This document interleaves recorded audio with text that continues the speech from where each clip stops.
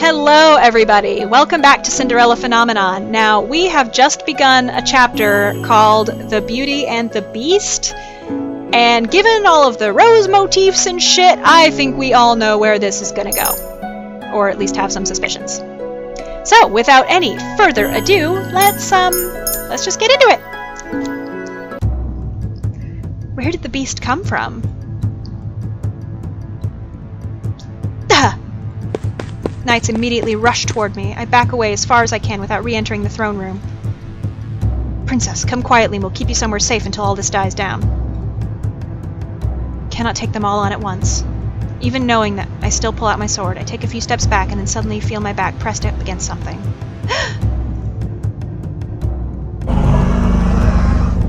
How did you get away from Sir Alcaster? The beast stands behind me, its back to me. I stand in its shadow and realize that if it turned around it could swat me to the walls like the rest of its victims. But it's just standing there. Together. Together?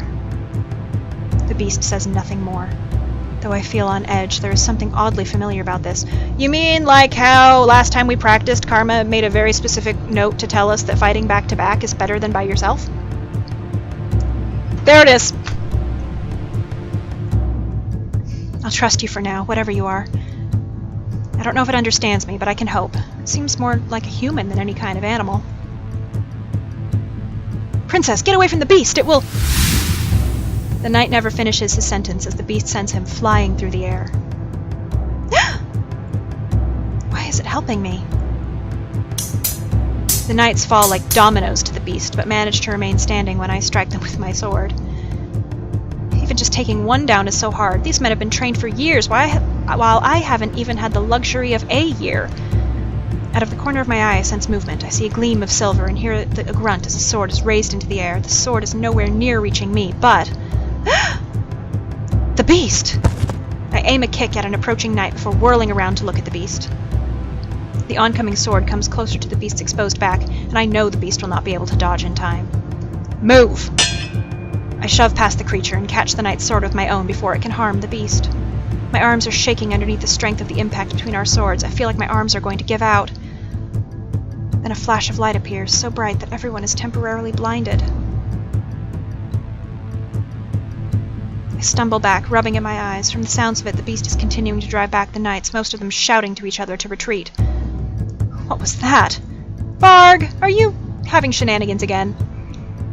When I'm finally able to see again, my eyes automatically land on my feet. I stare in shock. Glass slippers. I quickly reach up to my pendant and realize it is no longer there. I completed my 3 good deeds? Sophie. I am so glad I named her Sophie, because this is all very, I want to help you break this spell that you're under. You can't even break your own curse, but I love you, Howl! Yeah. It knows my name. It's almost as if it recognizes you! I look around and realize that the beast and I are alone, the knights having fled. Did the beast drive off the rest of them? Oops, did I accidentally skip a... No, okay. I just thought I did because I double-clicked. Feel a pressure at my back and realize the beast is touching me. My first instinct is to run, but the words it utters next paralyze me. You. Okay? Every word sounds breathless and pained, like it takes too much to speak. It's worried about me? I watch in shock as the beast appears to gesture toward my shoes. You. Did it. I step back warily. What are you? The beast reaches out and I see something glittering in the palm of its hand. Is it a rose? The rose locket! For a few moments, my heart plummets into my stomach and my hands begin to quiver.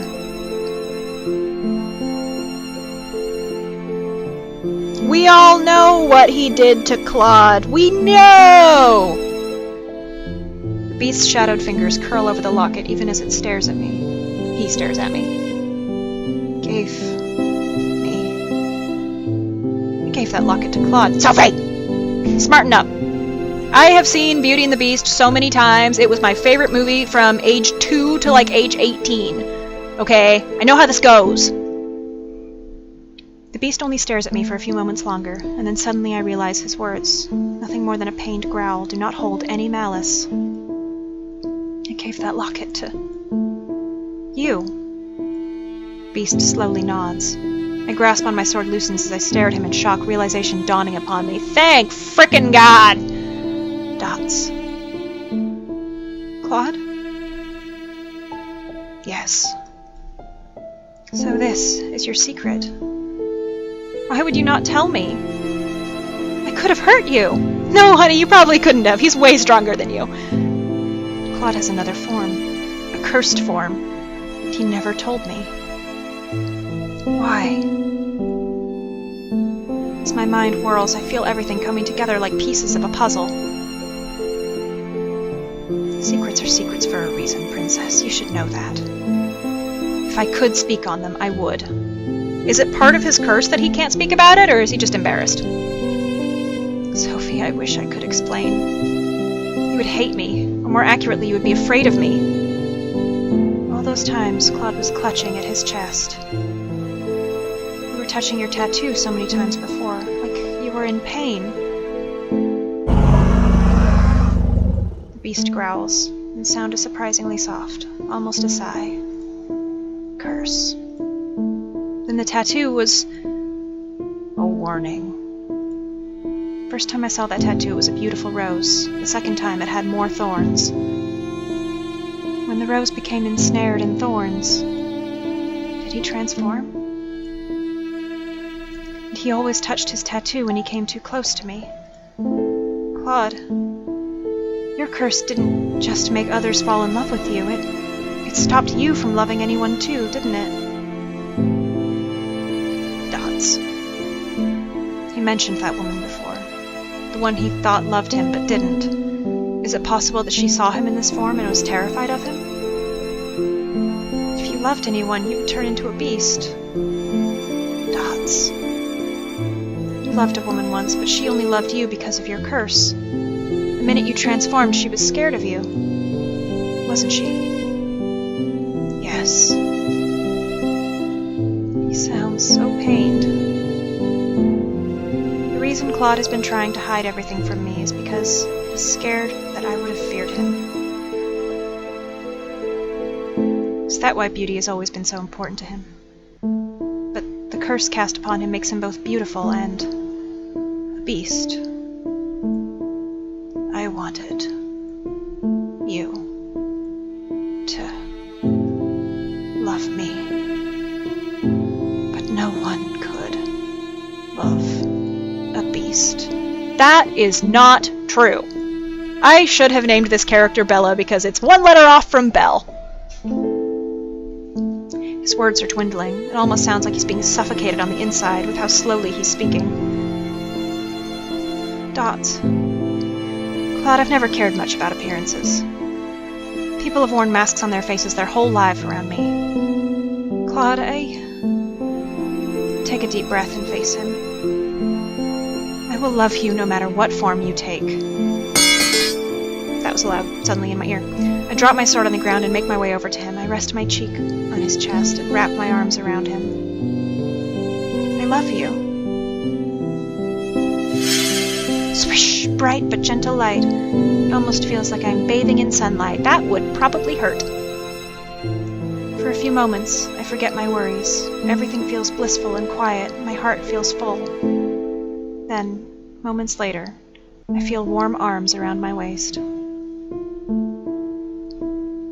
I love you too, Sophie. Duh! He's back! Yay! When I open my eyes, I still can't see anything, even though I know the light has faded.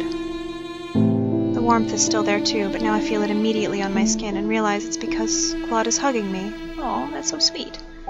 Not as a beast, but as a man. Did I break his curse? I realize this is the first time Claude has ever touched me for a long period of time without abruptly moving away. Tentatively, I move my hands, feeling the fabric of his shirt and the warmth of him underneath it. It's a pretty thick jacket to feel the warmth through. Just thinking. Claude? But before I can finish my sentence, my lips are sealed.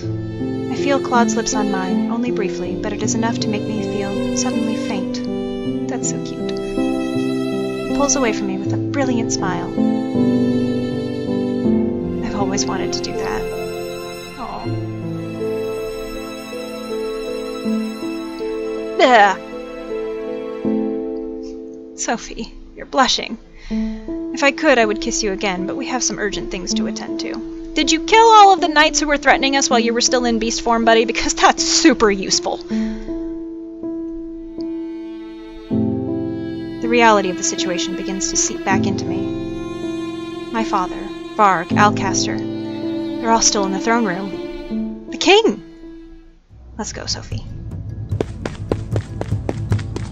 When Claude and I rush into the throne room, my attention is immediately grabbed by the king, calling my name. Sophie! He's still bound to the throne, though. His gag is removed. A rush of relief floods through me. He's alive. He's alive, and he remembers me!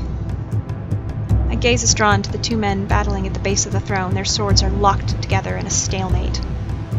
Alcaster and Fritz? Father versus son, eh?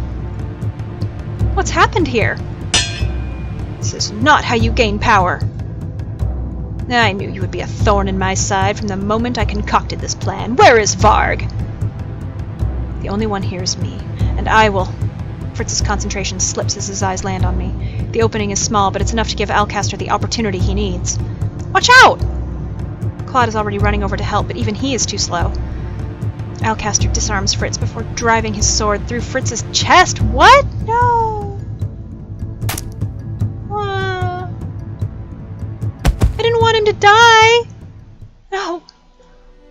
Alcaster pulls the sword out of Fritz's chest, just fast enough to deflect Claude's attack. As Claude drives Alcaster away from the throne, I rush to where Fritz has collapsed on the ground. His eyes are already growing glassy.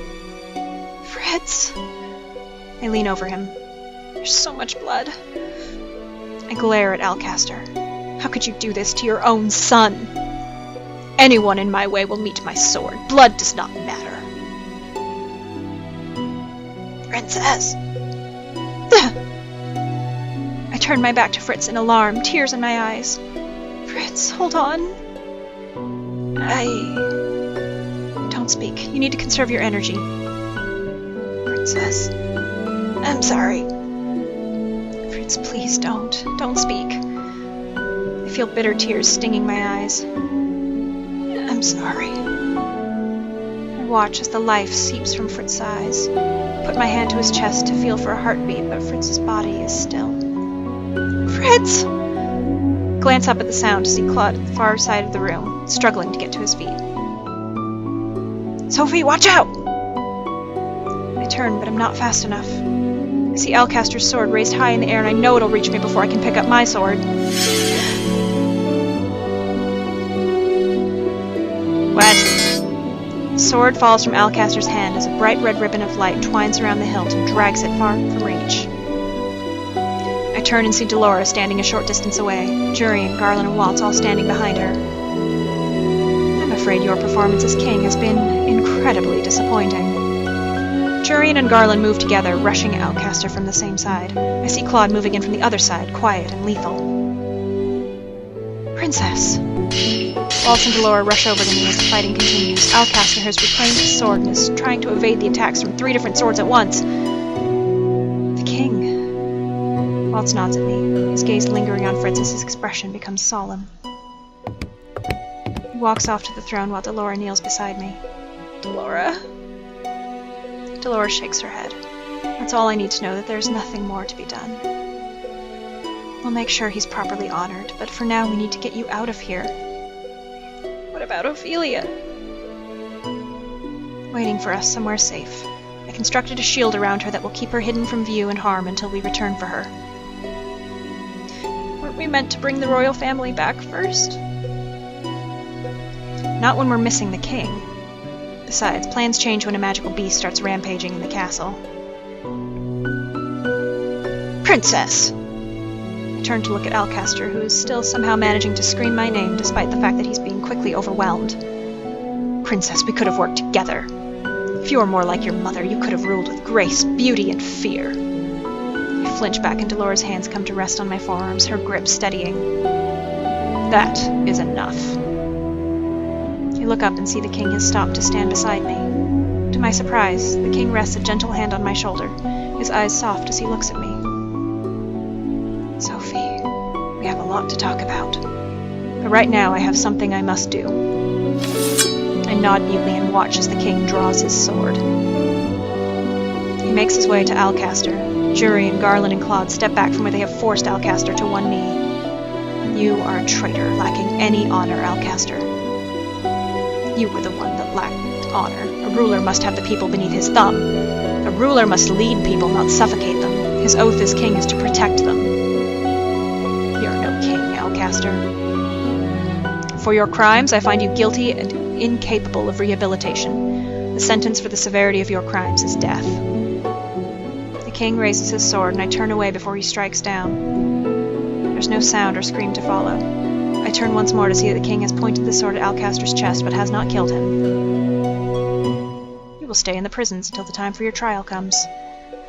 Though you might try to refute the claims, you will be tried as a traitor to this kingdom. And then you will be executed. Alcaster's shoulders fall. The glare never leaves his face, not even when the guards seize him and drag him from the room. The king immediately sends Jurian and Garland out to deal with any knights that are still part of the coup. Delora and Claude end up moving Fritz's body, while Waltz tries his best to fill the king in on the most basic points of our successful operation.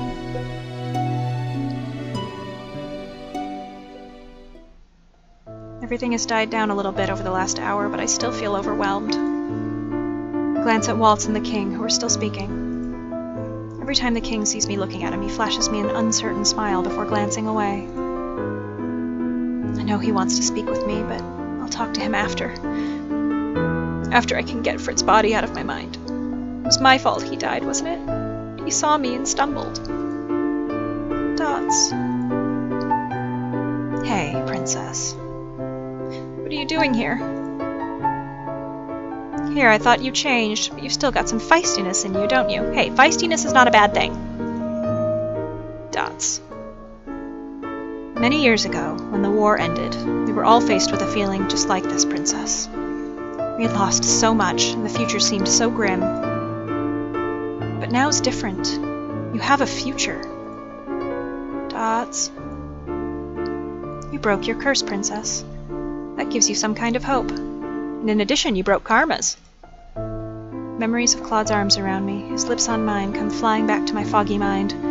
My heart still feels tight, but it's a little lighter when I think about him. I wish he was here right now. How did I break Claude's curse? Claude. I don't think I'll ever get used to his real name. Seems like he hasn't told you yet. I guess it's been pretty hectic. So Claude turned into a beast because he loved me?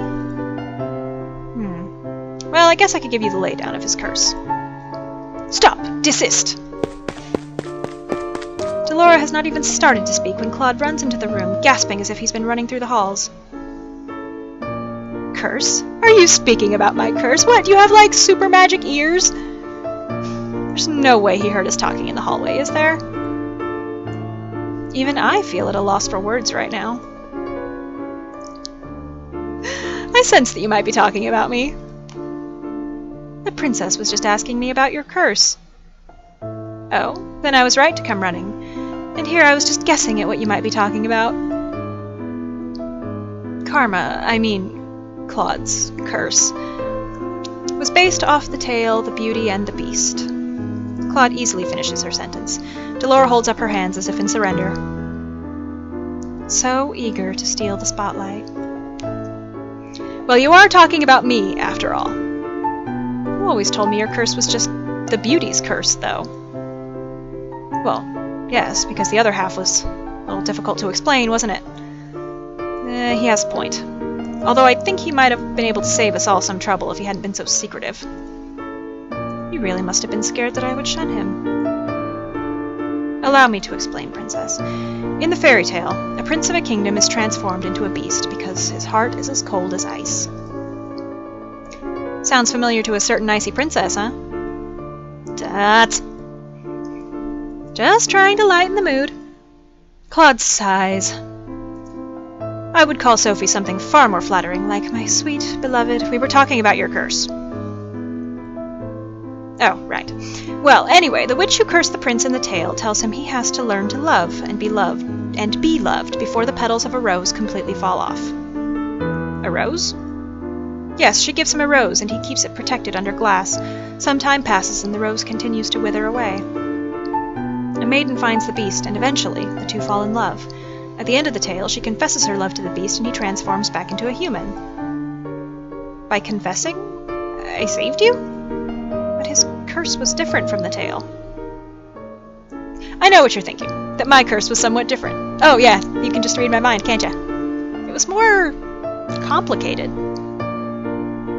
The witch made it so that I was both the beauty and the beast. She said it suited me because I was so vain. Ah, it does, it totally does. The witch constructed a very roundabout curse. Any woman who falls for me falls in love with me as the beauty. And when I transformed into a beast, the enchantment would break and they would become terrified of me. Oh, that's so sad. Dots. I doubt Claude ever thought he would break his curse. The love women felt for him while he was cursed was always fake. How could that kind of love hold strong when he turned into a beast if it was never true to begin with? Then you came along, Princess. I bet he'd just about given up hope and was waiting for you to dispel the curse on your birthday, but now here you both are. But the Ice Princess, in love. What a miracle. I turn away, embarrassed. It's not a miracle. Kind of is. I'm very glad I met you, Sophie. Lady Dolores' words are the truth. I had just about given up hope. Never had any hopes of breaking my curse. I thought the only way to fix it would be to have you dispel it on your birthday. But then I came to know you and... He's just constantly blushing, it's so cute. He fell in love, a fairy tale indeed. You started out frowning at everyone and everything. You've come a long way, Princess. Congratulations. You turned out to be a pretty okay princess. And you turned out to be a pretty okay witch. Gasp! Do my ears deceive me? A compliment from our little witch? Duh! I'd forgotten about that part of my lineage. Swish! You look so surprised, but you'll be the new bearer of our crystal real soon, Princess. I expect good things from you. Right, I almost forgot about that part. I'll try my best. Yet another miraculous proclamation from the little witch. Will the surprises never cease? Before I can snap at Delora again, the king awkwardly interjects, coming to stand next to us, with Waltz by his side. Pardon the intrusion. Oh, not at all, Your Majesty. Dots. Dots. Waltz told me you were cursed, that's why I forgot about you. Yeah. Even if it was by a curse, I feel terrible that such a thing could ever happen. So I'll make it up to you. We can catch up from where we were many, many years ago. And maybe things can be different. Dots. I'm sorry. What for? For being the way that I was before. For shunning Ophelia and her children. Oh. Ophelia. Did they bring her back to the Marchen? Ophelia is still here. After the fight was over, she was shown back to her room. She's still waiting for Rod and Emmeline to return. Now, would you maybe be willing to tell me the story from the beginning? Ah, the hair! The infamous hair! Okay. Why do I have cats? Oh wait, because I love them. Perhaps I could fill in the gaps, Your Majesty. Is the king not at all concerned that the prince of a neighboring kingdom, that we don't know what kind of terms they're on, is just hanging out in his throne room? Claude? The king looks startled when he stares at Claude. He blinks, as if he's just noticed his presence. Oh, and you are... Claude Adric Rinaldi Matthias Almonte. Claude elegantly bows before the king. I am Prince Claude of Brugantia. Pleasure to finally meet you, Your Majesty. The Lost Prince? In my throne room? How much did I forget because of this curse? The king turns to me with a puzzled look. It's a long story. Claude surprises me by wrapping an arm around my shoulders and pulling me closer to him. Everyone looks shocked except for Delora, who looks like she's trying not to laugh. As the princess's lover, I feel it my obligation to help her explain this whole mess.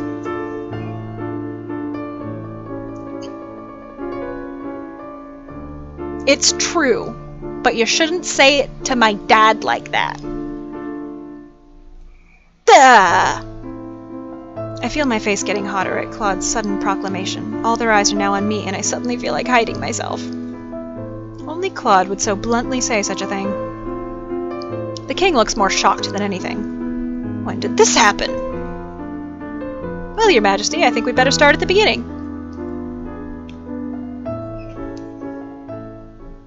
We were able to tell the king everything, save for where Varg had disappeared to.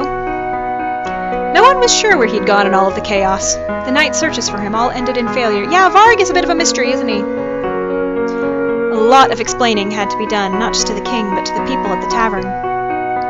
As soon as everything has calmed down, Rod and Emmeline finally went back to the palace.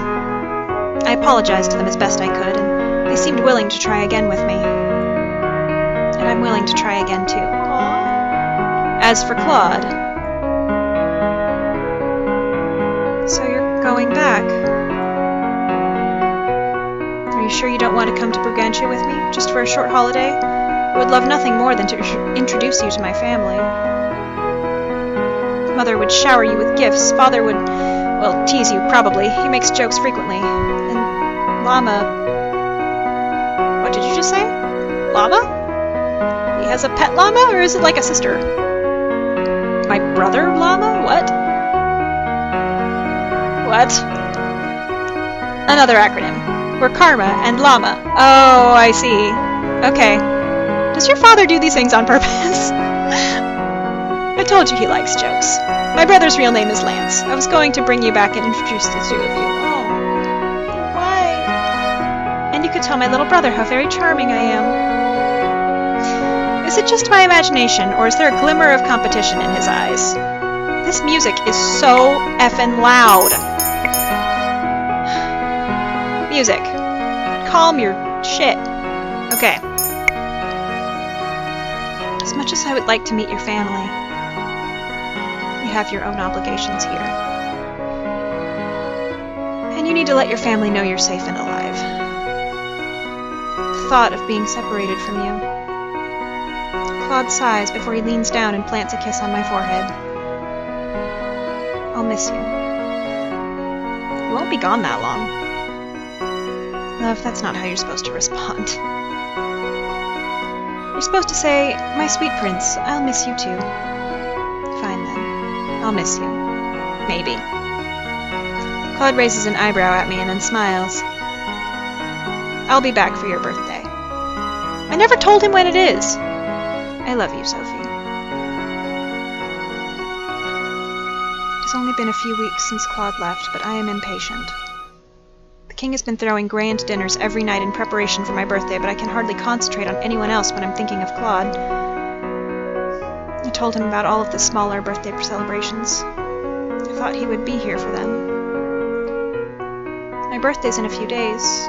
When will he come back? I've tried to make myself busy, mainly by continuing my sword practices with Jurian and Garland, who have both rejoined the Order of Caldera. Every time I'm around the nights, I think of Fritz. I shall bring some new flowers tomorrow. If Claude would just return already, we could go pay our respects together. What? How? Hello, Sophie. My love, my sunshine, my beautiful betrothed. Oh, he's so sparkly. Claude? When did you get back? How come nobody announced you? How come there's no procession? Did you come by yourself? You're the crown prince. That's not safe. What are you doing? I shake my head and try to gather my thoughts. First of all, you did not knock. Well, now you're 2 for 2, you guys. Second, we're not engaged. You're about to be. We may as well be, don't you think? the very least, knock before you come in. Still worried I would come in on you in the middle of changing? Would you have minded so terribly? Nah. Yes? It's worth saying those things just to see you blush. Why are you even here? His arrival is so sudden I had absolutely no time to prepare. Claude sighs dramatically. You didn't want me back here? No, I mean, you didn't even write to say you'd be back today. I wasn't expecting you. I did say I would be back for your birthday. I am a man of my word. Should I have stayed out longer? No, of course not. I grumble as Claude walks over to my bed, grinning. He sits down on the bed next to me and wraps an arm around my waist, pulling me closer. I sigh out and lean my head on his shoulder. It's a startling contrast to what it used to be. Before, if I touched him, he would flinch and turn away from me. Now he's always right next to me. Claude's whole body seems to relax when I tentatively wrap my arms around him and hug him back. I knew I would miss you, but it really was terrible being away from you. But you enjoyed the time with your family. I did. And my brother was very frustrated that I spoke about you almost every hour of the day. How could you have that much to say about me? Oh, I felt that I didn't have enough time to list off all of your virtues. I nudge him in the arm, but he just grins at me. A glint from Claude's pocket catches my eye, and I flush proudly when I notice the rose locket. Aww. Looking at the locket makes me think back to that night when he transformed back into a prince. Lost in thought, are we? I was just noticing the locket. You still carry it around with you. Of course I do. It's become my most valuable possession. He pulls the little locket out and pops it open. I'm startled when I see the small sheet of paper with my own words on it. My message to him is still there. Claude smiles as he reads the words aloud. A normal rose would have withered, so I offer this one instead in heartfelt thanks. I say nothing when he turns to look at me. Your cheeks are red again. Your embarrassment is adorable, darling. I'm not embarrassed. I just didn't think he'd keep the words in there, or that they would ever mean so much to him. Yes, of course. You must have exceptionally rosy cheeks. Oh, is that why you love them? He pauses as he closes the locket again and looks at it fondly. I love this locket because it's the first gift you gave me. He was holding the locket as the beast, too. It was half the reason I recognized him. I jump as Claude gently boops my nose with his finger. This locket isn't going anywhere anytime soon, I can assure you. I smile as he winks at me. See? Anyway, allow me to pull you back into the present. Since I promised you no more secrets, let me tell you something. Oh? Claude looks away from me, his eyebrow furrowing, and I frown. I hope it's nothing serious. I'm nervous about sitting down to dinner with your father tonight. You're nervous? I start laughing without even meaning to. You're laughing at my pain, princess? He pulls me closer, kisses the top of my head. But you're too flamboyant to be nervous. I'm confident, princess, not flamboyant. There's a difference. Right. Dots. Claude's expression grows more solemn. He looks at me seriously, almost sadly. Sophie, I'm still sorry about lying to you. The whole time I made myself up to be someone beautiful. Someone I wasn't. You were beautiful on the inside! I believed I was truly a good person on the inside and that I deserved good things, even though I was selfish. He's already apologized to me before, too many times. You don't have to apologize. No, that witch was right to curse me. I've always had everything handed to me on a silver platter. When I came to Angèle, I believed that it wasn't going to help break my curse. It wasn't important. Oh, so you were exactly like Sophie, huh? And then I met you.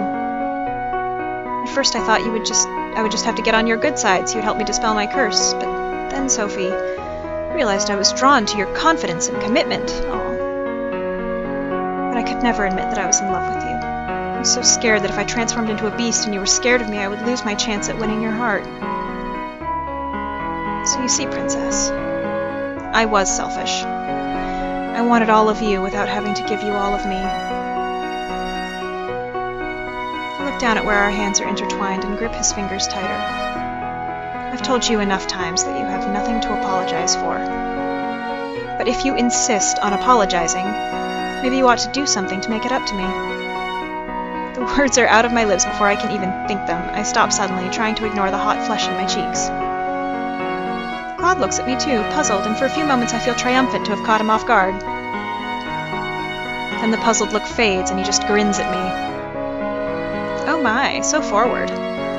Forward? I open my mouth to apologize and suddenly he grabs my hands and tugs me down to the bed. Blah! Sound effects. The instincts Claude taught me in my sword fighting are quickly overwhelmed by my surprise, and in no time at all he has me pinned down to the bed and is looming just above me, smiling. Aw, how cute. I'm disappointed. No, you're not. Princess, you knew my weakness, and you didn't even exploit it there. Your weakness? Yes. He leans closer to me, and our noses almost touch. Boop! My weakness is you, Sophie. Aw, how cute. He leans down, and our lips finally meet. I relax into the contact, my earlier tension melting away as warmth flows through me. That is so flippin' cute! He pulls away and smiles at me. I love the way your hair flows, like in all of your little artwork thingies. Your hair is just so flowy.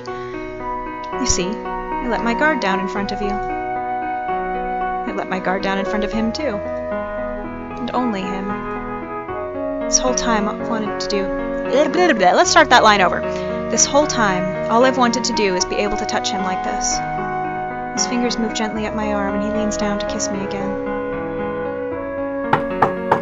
There's a knock at the door. If you thought you were nervous about my dad before, you got another thing coming, buddy. The sound of the knocking startles us both. A muffled voice comes through the door. Princess, the king is requesting your presence down in the dining hall. He says that your friends have arrived. Dots. Princess? I hear the doorknob begin to turn and quickly speak. Yes, I'll be there in a minute. I'll let him know, Princess. First the curse, and now this. It's as if the world is conspiring against us. He kisses me once more on the forehead before slowly sitting up and running a hand through his hair.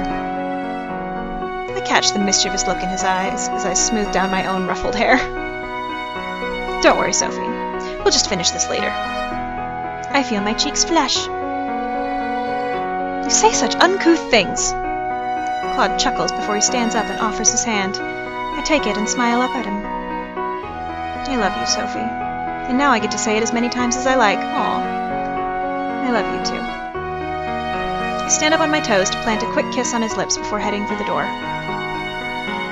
Let's go.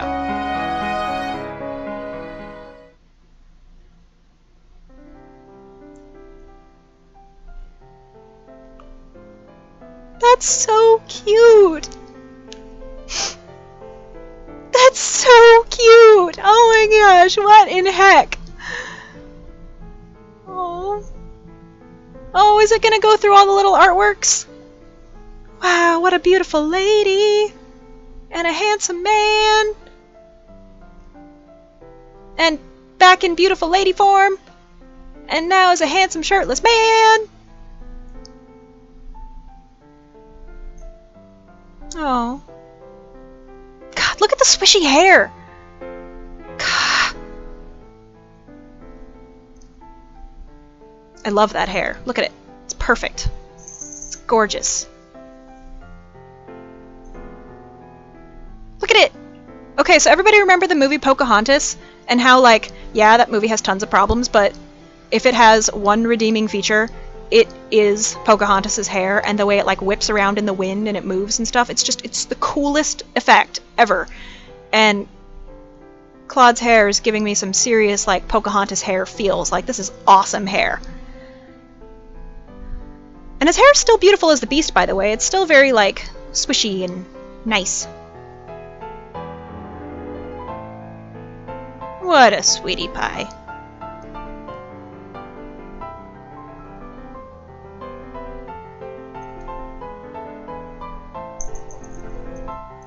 Wow, this was kickstarted by a lot of people. Awesome. Hi, kitty. Oh, here. Oh, stay. Let the world see your beautiful face, kitty. Thank you for playing Cinderella Phenomenon. Hey, kitty. Mwah. Yes, who's my pretty kitty? Aww. Okay. So, that was Cinderella Phenomenon. And oh, don't start any new stuff. Stop. Stop, stop, stop. Oh, okay. I just don't want it to restart like that song because the song gets awfully loud and... Okay, oh hey, I unlocked an achievement. Yay. So, thank you everybody for being here with me for this. This has been Cinderella Phenomenon. I am going to go through the other routes. And oh cool, it got rid of the gem and it unlocked the picture. That's so neat. Anyway, the routes, gonna go through them. I'm probably not going to film them. I did promise a friend, though, that if something, like, extraordinarily either feelsy or funny happens, that I'll reload the save from just before that feelsy or funny thing and record that, because she might be amused by my reactions to it. So yeah, I will be doing that. And I hope you guys have enjoyed this, because I have enjoyed playing it, and like I said, it's on Steam, it's pretty easy to get, so I encourage you guys, if you liked this, to check it out, maybe try out the other routes, let me know what your favorite parts are, who your favorite people are, all that stuff. And, gosh, I don't know what the next thing is gonna be, for sure, but thank you, and I'll see you in whatever the next one is. So... bye, everybody.